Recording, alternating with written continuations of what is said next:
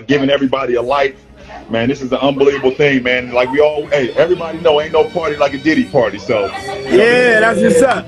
Yeah. What's popping crew? Welcome to New Sack. Энэ удаагийн бичлэгээр уулзж байгаадаа та бүхэндээ маш их баяртай байна. Өнөөдрийн бичлэгээр хэдүүлээ LeBron James болон Sean Diddy Combs хоёрын хоорондох сонирхолтой харилцаа, тэдний хамтын түүхийг ярилцах болно. Энэ хоёр одод хэрхэн танилцж, найз нөхдийн холбоо тогтоосон, мөн одоогийн цаг үеийн асуудалд хэрхэн холбогдож байгааг нь хамтдаа жаахан судлаад үзье. LeBron Diddy нарын хамтын түүх нь спорт болон урлагийн ертөнцийн хоцлолыг харуулж, бидний нийгэмд яг одоо юу болоод байгааг илүү ойлгуулж өгөх болно. Олон юм яриад явах LeBron James болон Diddy нарын түүхийг хамтдаа сонирхцгаая. Өнөөдрийн манай бичлэгтээ олон улсын бооцооны хамгийн том албан ёсны сайт OneXBet хамтран ажиллаж байна. Хэрв та 18 болон түүнээс дээш настай бол миний видеоны комент хэсэгт байгаа линкээр бүртгүүлэн ороод NewSack гэсэн промо кодыг ашиглан анхны депозиттоо 100% бонусыг авах боломжтой. Яг одоогийн байдлаар манай гаригийн хамгийн шилдэг сагсчин LeBron James яаж явж байгаад энэ Diddy-гийн хар хэрэгт оролцолцсон бай. За тэгэхээр LeBron James болон Diddy хоёрын харилцаа анх 2003 онд Diddy-гийн нэгэн үдшилэг дээр бол үүссэн байгаа. За та бүхний мэдж байгаагаар мэдээж 2003 онд LeBron James бол NBA-ийн драфтад номер 1-ээр орсон. Тэгээд маш олон хүний анхаарлыг татчихсан. Анхаарал татсан хүмүүсийн дунд бас Diddy байсан. Diddy тэр үед аль хэдийн baby oil бэлтчихсэн байсан. 2003 онд зохиогдсон уг Diddy-гийн үдшилэг дээр LeBron James-ээс гадна маш олон спортын одод байсан. Тухайлх юм бол Kobe Bryant, Carmelo Anthony, Kevin Durant, Dirk Nowitzki зэрэг бол спортын одод байсан. За мэдээж очисон хүн бүрэн тийм бэлгийн гажим хийгээд байна гэж юу байх уу, очиход бас тийм маш олон хүмүүстэй танилцсан, connection, network энэ үүсэх маш их боломжтой байдаг байсан учраас бас тухайн дэлхийн одод Diddy-гийн үдшилэг дээр очдог байсан гэж байгаа. За Diddy болон LeBron-ын анхны уулзалтын үеэр LeBron 19 настай залуу хүү байсан учраас одоо ерөөхдөө Diddy-гийн үдшилэг маш их таалагдаад, за тэгээд Diddy-тэй ерөөхдөө ингээд найзлаад, connection үүсгээд те ерөөхдөө ингэж найзлахыг ойр ухыг бол маш их хүссэн гэж байгаа. Тэр хоёр бол анхны уулзалтаасаа маш их зузаан танилцсан. За яагаад гэвэл мэдээж Diddy-гийн үдшилэг тийм хайрцагт баригддаггүй байсан, хайрцагнаас гарч сэтгдэг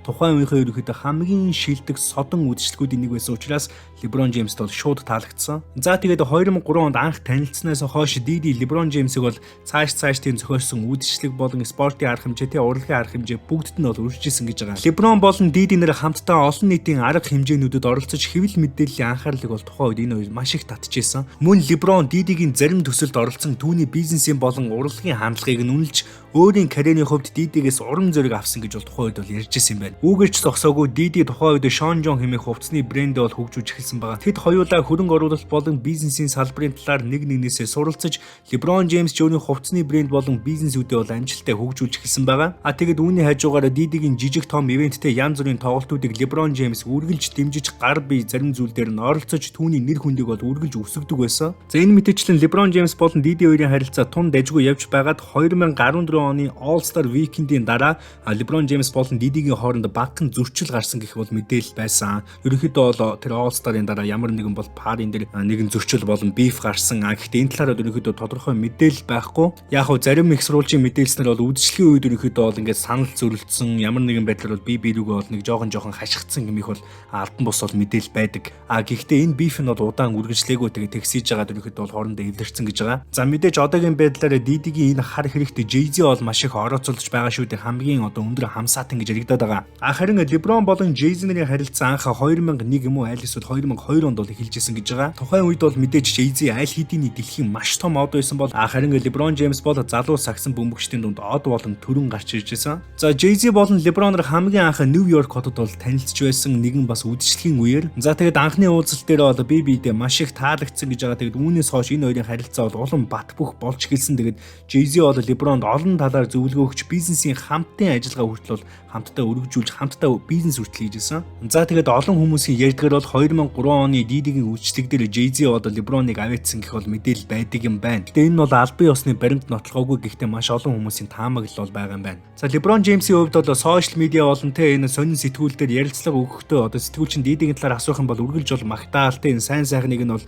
биширдэг байсан гэж байгаа. За тэрээрээ бүр нэгэн ярилцлага дээр Diddy-г бизнесийн салбарт үлгэр жишээ нэгэн хэмээн хүлээн зөвшөөрдөг бөгөөд түүний уран бүтээл болон бизнесийн хандлагыг маш өндрөөр үнэлдэг гэдгээ бол илэрхийлжсэн. LeBron Diddy зөвхөн хөгжим төдийгүй олон талын авьяастай амжилттай бизнес эрхлэгч гэдэгт нь бол үргэлж баяр хүргэдэг байсан. Мөн тэдний нөхөрлөлд харилцан хүндэтгэл ихээхэн үүрэгтэй хэмээн бас хэлжсэн удаатай юм байна. LeBron болон Diddy-гийн харилцаанд цаашилбал тэд олон жилийн туршид одоо нэрд гарсан оддын арга хэмжээнүүдэд бол хамтдаа оролцож эхэлсэн байна. За Jay-Z-ийн хувьд ч гэсэн LeBron болон Diddy хоёрын харилцаанд бол хүчтэй нөлөө үзүүлж эхэлсэн. За яагаад гэх юм бол Jay-Z болон Diddy нэр хоорондоо маш сайн найзууд. За Jay-Z болон Diddy нэрийн хувьд LeBron James-ийг ганцхан сагсан бөмбөг биш одоо энэ соёлтой урлаг хип-хопод маш том нөлөөтэй хүн болоход хамгийн том тусалцаа үзүүлсэн гэж хэлж болно. За LeBron James-ийн хувьд 2018 онд чөлөөт агент болоод Los Angeles Lakers багт тоглож эхлэх болсон. За тэгээд Los Angeles Lakers тоглож байх хугацаанд Diddy-гийн зохиосон бараг л үдшилэг бүгдээр нь байнга очдог байсан гэж байгаа. Улмаар Diddy болон LeBron James нар 2020 онд хийсэн Instagram live дээр LeBron James өөрийн амаараа за Diddy-гийн үдшилгийг өөр хинч барахгүй, өөр хаан ч юм үдшилэг байхгүй гэж бас өөрийн амаар хэлжсэн удаатай. Энэ нь бас ингээ 2024 онд Diddy-гийн хэрэг дээр бас илүү ингэж сэвэгдэж гарч ирж байгаа тэр видео. За саяхан энэ хэрэг илчлэгдэхийн өмнө LeBron James Diddy-гийн шинэ цомог болох The Love Album of the Great хэмээх альбомын талаар сэтгэлдээ хуваалцсан байгаа. За тэрээр бол Pick Up хэмээх дууг нь сонгож аваад за энэ бол үнэхээр сайхан vibe өгж байна. Энэ арж штэ андаа. За нэг иймэрхүү утгатай сториг бас хийсэн байсан. За энэ стори бол мэдээж 2023 оны 9 сарын 15 хэрэг арай илчлэгдээгүй байсан үе. За харин яг одоогийн байдлаар Diddy болон LeBron James-ийн харилцаа бол мэдээж хуучны шиг биш болсон. Тэгээд хэрэг ерөнхийдөө илэрхэд LeBron James бол Diddy-г бол Instagram дээр дагахаа болсон. За мэдээж LeBron James-ийн хувьд сүүлийн 20 гаруй жил Diddy-тэй маш сайн харилцаатай байсан. За тэгээд ийм хүнээ бол дагахаа болно гэдэг бол бусдын адил ингэж cancelд чинь удаа гэж бол маш олон хүмүүс бол ярьж байгаа LeBron Diddy-г. За тэгээд эцэст нь гэж хэлэхэд LeBron James-ийн хувьд та бүхний мэдж байгаачлан ямар ч баг асуудалд орж байгаагүй карьерийнхаа туршид яг энэ Diddy-гийн хэрэг илрээд LeBron James-ийн нэр орооцолдож эхлэх үед шууд л түүний үзэн ядагчд болон үүгээр бас хяналт авах гэсэн хүмүүс бас хуурамч болон янз бүрийн мэдээллийг бол интернет орчинд маш ихээр тарааж байна. За тухайлбал нэг иймэрхүү бичлэгүүд бол байна.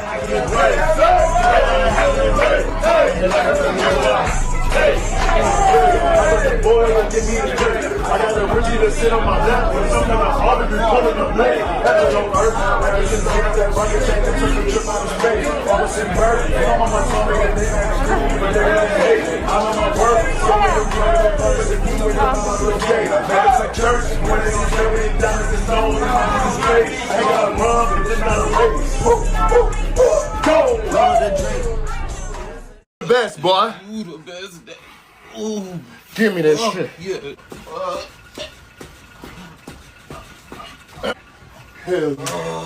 What's up, everyone? Just for the record, I've been to a Diddy party multiple times. Ain't no party like a Diddy party, man. Can't deny it, man. I love me some Diddy, man. За тэгээд LeBron болон Diddy нэрийн талаар яг албан ёсны баталгаатай их сурвалжуудаас маш олон мэдээллийг авч үзэхэд LeBron James-ийг Diddy-гийн янз бүрийн хэрэгүүдтэй бол ямар ч хамааралгүй гэхдээ түүний үдшилэг дээр бол очдөг байсан бол үнэн гэж байгаа. LeBron James болон Diddy-гийн нөхөрлөл 2003 оноос 2023 оны туршид 20 жилийн турш үргэлжилсэн. За тэгээд энэ хугацаанд LeBron James Diddy-гийн үдшилэг дээр маш олон удаа очиж исэн. Гэхдээ түүний бусад хар тамхи болон зэвсгийн 8-нд ямар ч хамаагүй. За тэгээд мэдээж LeBron James-ийн арын цонх нь бүрэн бүтэн эсхийг LeBron болон Diddy нэр л мэдж байгаа. За Diddy болон LeBron James хоёрын талаар нэг иймэрхүү байна. Тэгээд тун удахгүй Diddy-гийн шүүх хурал болон за тэр үеэр би ерөнхийдөө бас нэг бичлэг хий гэж бодож байгаа. За тэгээд бичлэгний төгсгөлд энэ бол миний Instagram-ыг та бүхэн надтай харилцахыг хүсвэл холбогдохыг хүсвэл зүгээр дагахыг хүсвэл ороод ийшээ дагчих болно. Ер нь бол дагчих юм бол бас их хайтайхан байдаг шүү. За миний энэ удаагийн бичлэг өгөөр өндөрлөж байна. Subscribe дарахаа бүү мартаарай. Suck out. Баяртай үзэгчтэй.